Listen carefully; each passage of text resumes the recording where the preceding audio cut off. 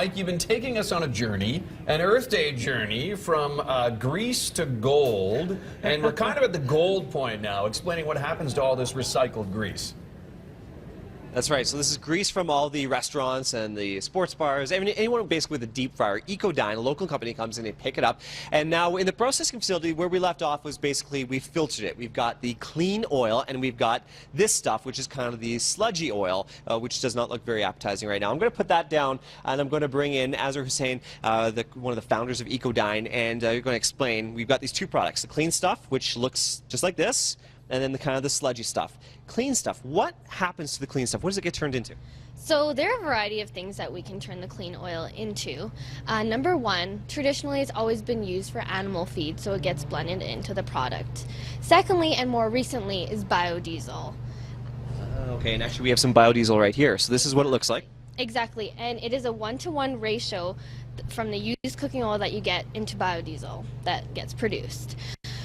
Also, from the biodiesel produced from waste oils reduces greenhouse gases by 86% compared to petroleum diesel. That's a huge difference. Exactly, it sure is. Now another product that kind of took me by surprise, soap. Yes.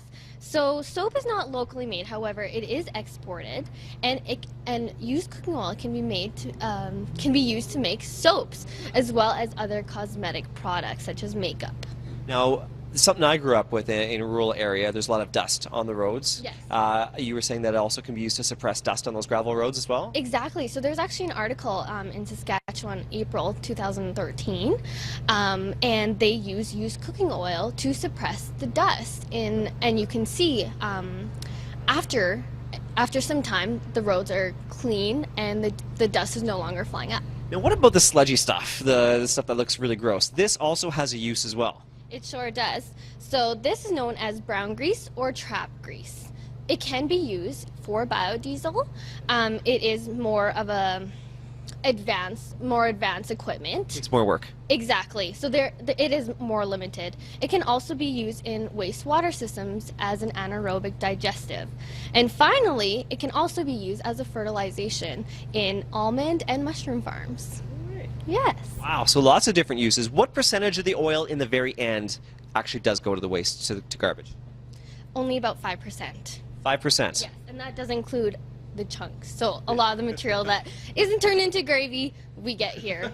So think about this, Ted Leah. That the place we were at earlier, the hidden spot, had 336,000 gallons of used oil come into this facility every year. 5% of that only goes to the dump. That's a huge reduction. Yeah. Wow, that's in major. a way in landfill. So it's pretty fascinating stuff. Yeah, it gets turned into lots of cool things. Clearly, tons of cool things like soap. I didn't know they used it on dirt roads. There you go. Who knew?